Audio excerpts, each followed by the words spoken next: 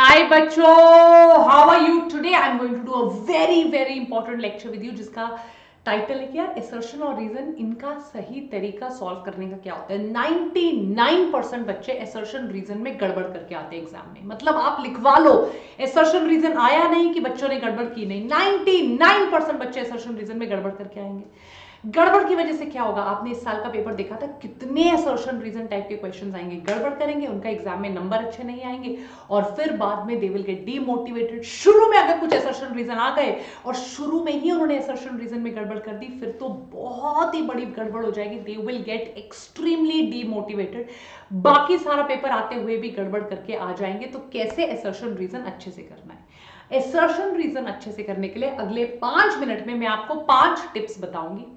अगर आप इन 5 टिप्स को फॉलो करोगे और अभी आपके पास अगले 8-9 महीनों में आप बढ़िया तरीके से असर्शन रीजन सॉल्व करोगे, देन 100% गारंटी एग्जाम में कितने भी असर्शन रीजन आ जाए, आप उनको लेस टाइम पे फुल एक्यूरेसी के साथ सॉल्व करोगे।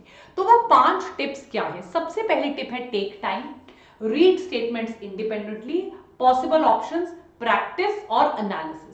चलिए एक एक करके मैं सारी चीजों को बताती हूं। देखो, अगर आपको लग रहा है कि assertion reason question normal OMR पे बबल करने जैसा है, क्वेश्चन पढ़ा ऑप्शन निकाला, तो आप सरासर गलत सोच रहे हो। असर्शन रीजन में 2 स्टेटमेंट्स है। एक जो स्टेटमेंट बोली जा रही है जिसको असर्शन कहते हैं, जिसपे मैं आने वाली हूं। दूसरा स्टेटमेंट जो हो सकता है उसका रीजन हो, पर पहले असर्शन रीजन ट्रू है कि फॉल्स है, फिर हम देखेंगे कि रीजन है या नहीं। तो ये एक बहुत थॉट प्रोवोकिंग क्वेश्चन है। ये क्वेश्चन सोचने वाला है, आपको सोचने पर मजबूर करेगा। इस क्वेश्चन में आपको ध्यान देना पड़ेगा। आप इसको डायरेक्टली एबीसीडी टाइप के क्वेश्चन फटाफट आंसर नहीं कर सकते। सो इसीलिए जैसे ही आपके सामने असर्शन रीजन आया, घबराइए मत, हेस्ट में मत रहिए कि मैं फटाफट इस क्वेश्चन को सॉल्व करके आगे जाऊं। Do not be in any kind of rush. सबसे पहली चीज, टेक योर टाइम और आराम से क्वेश्चन को पढ़िए। Only then you will be able to answer the question correctly. Number 2, read statements independently. दोनों स्टेटमेंट्स को एकदम से लिंक करना मत शुरू करो। सबसे पहले तो आपको ये पता लगाना है दोनों स्टेटमेंट्स ट्रू भी है या नहीं।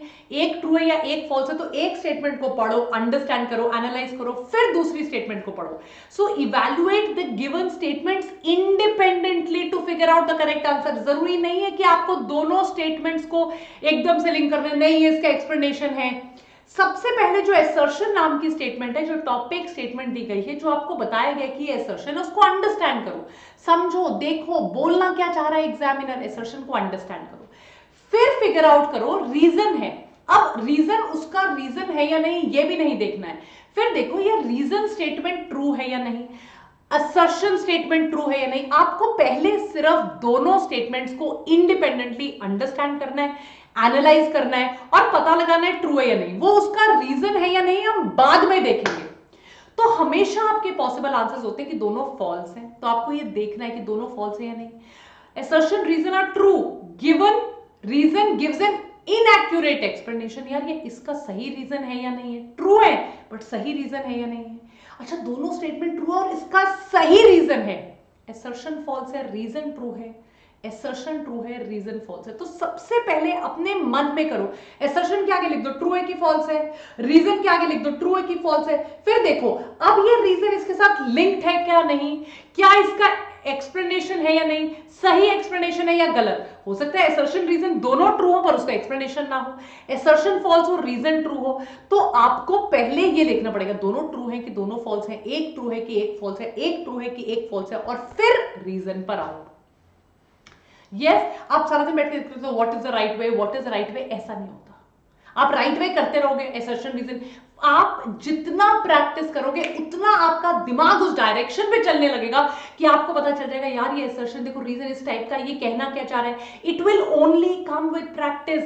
कई बार दोनों ट्रू होते हैं, इसलिए आपका दिमाग लिंक कर लेता है कि वो उसका करेक्ट एक्सप्लेनेशन है, पर वो उसका करेक्ट एक्सप्लेनेशन नहीं होता। वो लिंकेज आपको नहीं करनी है, ये सिर्फ आपको प्रैक्टिस से आएगा। तो सीरियस अटेम्प्ट करने के लिए, हाउ डू अटेम्प्ट, आपको असर्शन रीजन नेट पे ढूंढिए। मैंने आपके स्पेशल हर चैप्टर के असर्शन रीजन आपको 30-40 करवाऊंगी, वहां पर करिए। प्रीवियस ईयर क्वेश्चंस भी कीजिए, मेरी बुक ले लीजिए, उसमें असर्शन रीजन है। मैं आपको एक एग्जांपल कराती हूं। Human beings have 23 pairs of chromosomes, one of which is a sex chromosome and the remaining are the 22 autosomes. The X-linked disease is related to mutation on sex chromosomes. ये assertion एक statement कह दी.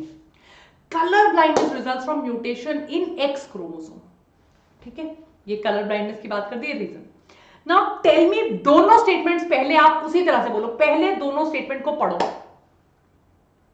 23 pair होते हैं, which is one of which is sex chromosome, remaining 22 autosomes, X-linked disease related to mutation of sex chromosome. ये लिखा है. Reason पढ़ो कि कलर ब्लाइंडनेस हीमोफीलिया टाइप की एक डिजीज होती है, सोचो एक्स क्रोमोसोम पे. अब ये देखो कि दोनों ट्रू हैं, एक ट्रू है दूसरा फॉल्स है, एक फॉल्स है दूसरा ट्रू है. सोचो, देखो, बोलो. Are you getting my point?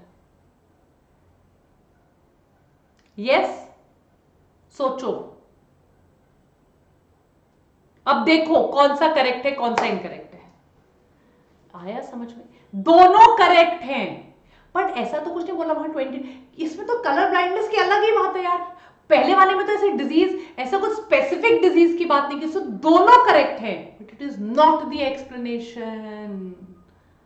Yes, x link disease, तो उसमें ये होना चाहिए कि यार एक ही सेक्स क्रोमोसोम होता है, उसमें एक्स और वाई होता है, या एक्स एक्स होता है, उसमें म्यूटेशन हो जाए तो वो सेक्स क्रोमोसोम की म्यूटेशन है. पर ऐसा कुछ नहीं, उसमें तो एक डिजीज के बारे में बोल दिया. Both assertion and reason are correct and reason is not the correct explanation of it. तो ऐसे आपको उठाकर assertion reason सॉल्व करने हैं, जो सिर्फ प्रैक्टिस से आएगा. 22 में बहुत ज्यादा आ गए थे. Which of the following is not वाला ऑप्शन आ गया था, एआर आ गया था, जिसने बच्चों की स्पीड कम कर दी, जिसकी वजह से बच्चों की मेरिट कम हो गई. इस साल ये गलती मत होने देना. ठीक है, take care, bye everyone, and don't forget to like, share, subscribe. Bye बच्चों.